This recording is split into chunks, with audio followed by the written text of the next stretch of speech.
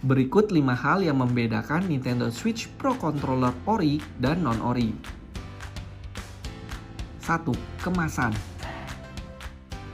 Gambar Procon pada kemasan yang Ori terlihat lebih terang dan tidak ada terjemahan Nintendo Switch dalam beberapa bahasa pada kemasan Procon non-Ori.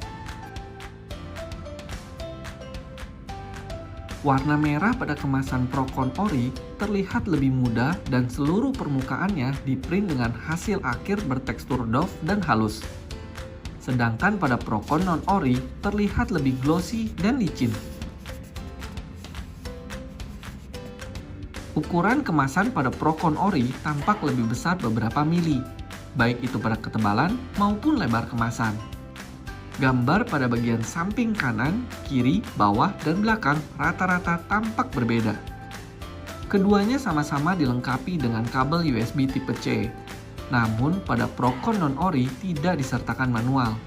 Procon dikemas dalam plastik kertas berwarna putih.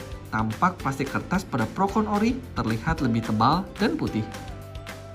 2. Produk. Material plastik yang digunakan tampak sedikit berbeda. Pada bagian bodi utama Procon Ori, plastik transparan berwarna lebih terang. Sedangkan Procon non-Ori cenderung berwarna lebih gelap.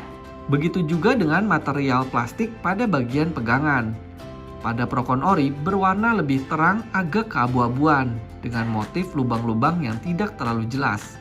Dan pada Procon non-Ori, material plastiknya berwarna lebih gelap, glossy, serta memiliki motif lubang-lubang yang lebih jelas.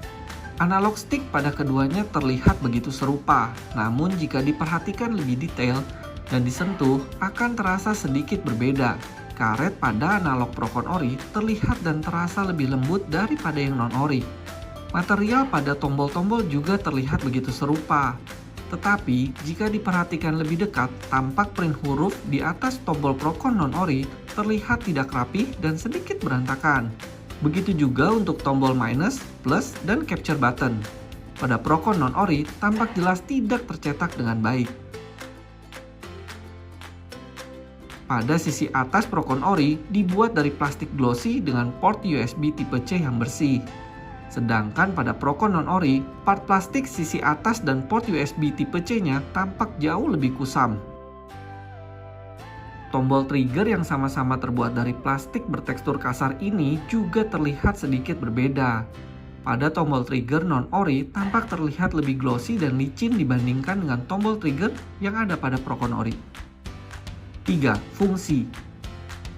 Meskipun Procon non-Ori dapat di-pairing dengan cepat dan juga dapat digunakan dengan baik pada Nintendo Switch, namun sensor gairahnya bekerja tidak sehalus dan seresponsif Procon yang asli. Tidak adanya informasi yang jelas mengenai kapasitas baterai yang disematkan pada Procon non-Ori membuat poin ini juga jadi tidak dapat dibandingkan secara langsung. Meski tidak dapat bertahan sampai puluhan jam seperti Procon yang Ori, tapi paling tidak Procon non-Ori ini dapat digunakan lebih dari setengah kemampuan baterai Procon Ori. 4.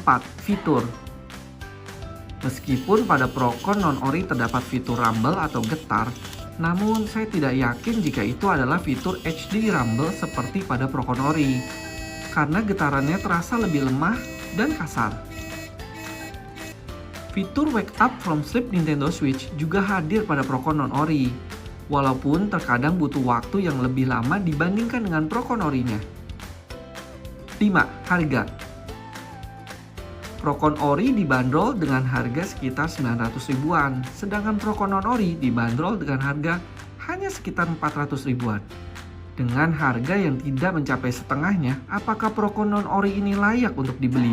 Secara keseluruhan dan berbanding dengan harganya, Procon non-Ori memang dapat menjalankan fungsinya dengan baik untuk digunakan bermain game pada Nintendo Switch, terlepas dari segala kekurangannya. Dan meskipun harga Procon Ori dirasa terlalu mahal, tapi saya rasa masih banyak controller lain yang memiliki kualitas yang jauh lebih baik, fitur yang lebih banyak dengan harga yang hampir sama dengan Procon non-Ori. Terlebih lagi, kita tidak merugikan hak cipta dari pembuat Procon Ori. Demikian 5 hal yang membedakan Nintendo Switch Pro Controller Ori dan non-Ori. Jika ada pertanyaan, silakan tulis di kolom komentar. Jika suka, please like and subscribe. Sampai ketemu lagi. Bye-bye.